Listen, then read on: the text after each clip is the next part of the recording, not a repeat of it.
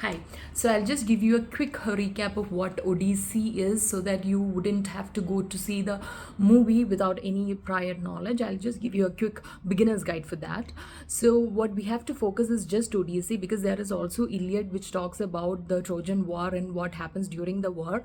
That is basically a 10 years long war. That's only the thing that you have to know. One major point that you have to take is Odysseus is a man who is not known for his physical ability to fight. Rather, he is known for his wisdom and craftsmanship and all the intelligence that goes behind a war. And that is especially where Athena, which is played by Zendaya, comes into place, because Athena is the goddess of wisdom. And in Greek mythologies, you'll always have the hero who is backed up by a goddess, and that goddess will have power in a particular area. And Zendaya, who is Athena, is the goddess of wisdom, and she is the main patron of Odysseus.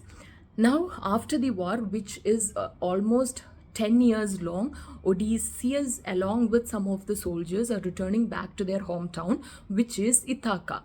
Now, Odysseus was the king of Ithaca. He had left the place for the war, which almost took 10 years. Now he is on his way back, which should only approximately take just weeks or just a few months. But then it ends up taking another 10 long years. And why did it take these 10 years is what is dealt in the story or the epic poem Odysseus. Okay, so there are so many incidents that are happening, because of course there is this huge gap of 10 years. I'll be just telling you some of the very major incidents that's happening. So yes, they are on the ship way back to Ithaca. Also, one point is that this story is not a linear story. You get the story of Odysseus in one place, and there is also parallelly the story of the kingdom of Ithaca, where Odysseus' wife, son, his place is. So in the story, Odysseus' wife's name is Penelope, which is played by Anne Hathaway, and the son's name is Telemachus, played by Tom Holland. So they are in the place of Ithaca, and she has been waiting for his husband, and the son has been, of course, waiting for the father to return, but then he doesn't return easily like that. So that there is all this scenes and scenario happening in Ithaca. But then now just let's come back to Odysseus. So they are on the way back, but then they do not have enough food resources, so they had to stop in between. So one incident is that they stops in a place where there are lotus eaters. Now, what is lotus eaters? Eaters is a plant which, when taken, you will go into a very trance-like stage. And some of the soldiers who had this lotus eaters, they forgot everything about their journey. They forgot who their wives were, or who their children were, and they only want to keep eating this lotus eaters and be in that trance-like state. But then Odysseus pushes them and takes them out of that place. So that is one incident, which is also dragging them away from going to the place of Ithaca. Now, one of the major incidents of why it took so long is that they got into a place, they stopped in an island called Cyclops, and then they saw a cave. So some of the soldiers and Odysseus goes to that cave, and when they went there, they were wonderstruck, because there were a lot of food resources and water to drink. And then the soldiers took the food and told Odysseus, okay, now let's head back to the ship and we'll go. But then Odysseus, for the man he is, said, no, we'll just wait for the honor, we'll see the honor.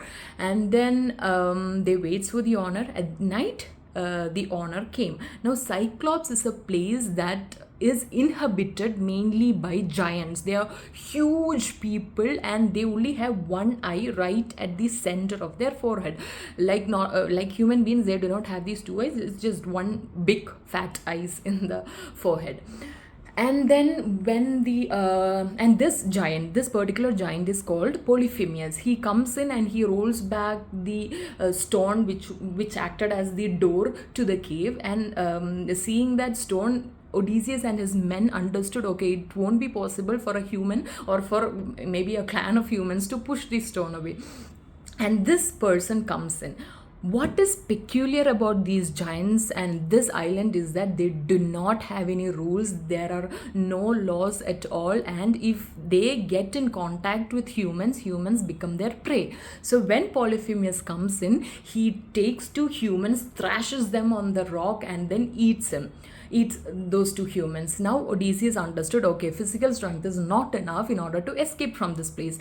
So he again, with all the, for what he is famous for, that is wisdom, so he again decides, comes up with a plan. So the next morning again, Polyphemus, when he wakes up, he takes another two humans, thrashes them on the rock, and eats those two humans, and he goes out. While he goes out, he again rolls back the stone so they cannot escape. Meanwhile, what Odysseus and his men did was they took a very long wooden stick and they sharpened it and they hides it. Evening, Polyphemus comes back. Odysseus offers some wine to Polyphemus, and Polyphemus asks Odysseus what his name was. Odysseus then says, "My name is Nobody."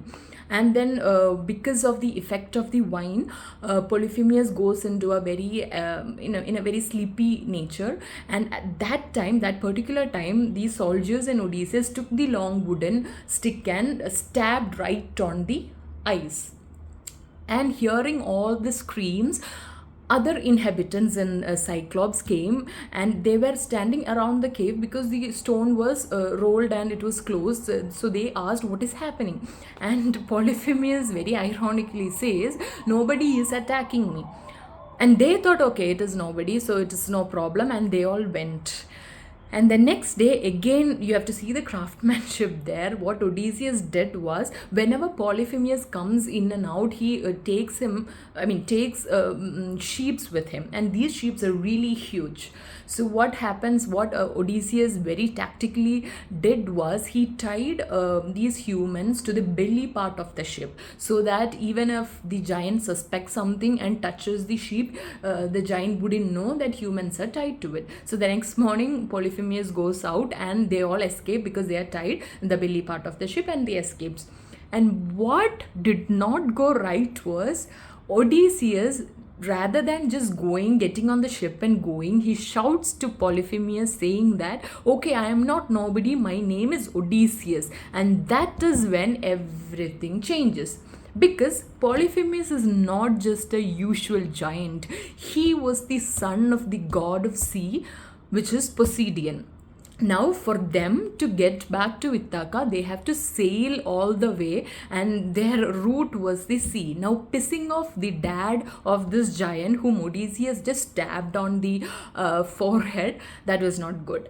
Now, Poseidon takes revenge on Odysseus by giving all the revenge or all the hardships that they could face. There were huge storms, and these sailors and Odysseus just could not reach Ithaca because so many things came up. So this is one incident. There are a lot of incidents that are happening, and one would be that of Calypso, who is a sea nymph. A nymph is somebody who is equal to a goddess but does not have that much power as a goddess. Now, Calypso is a goddess, and she is a nymph, and she wants to keep Odysseus to herself and wants to make Odysseus an immortal husband of us. And she keeps him for 7 long years, and that's how huge it took. But then there is another goddess called Hermes, and because Hermes demanded Calypso to release Odysseus, she then eventually releases him. And then they come face to face with another goddess known as Sush. I think that's the pronunciation. What she did was, she used her magical power and turns the soldiers, the men of Odysseus, into pigs. But then again, Hermes interferes, and then after 1 long year, she releases and also helps them to reach to Ithaca. And there are so many incidents that are also happening. And eventually, they reach Ithaca.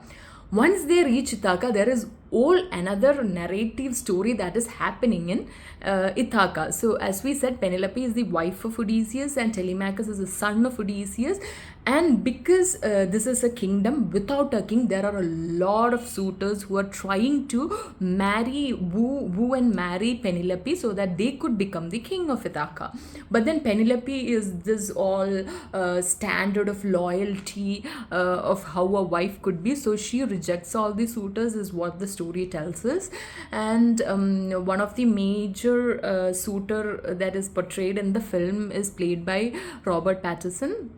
And then okay, eventually Odysseus reaches Ithaca, but then he cannot just go in and take his throne like that. He had to fight so many battles even in Ithaca, and then finally eventually everything falls back into place. So this is just a small very short brief understanding of Odysseus.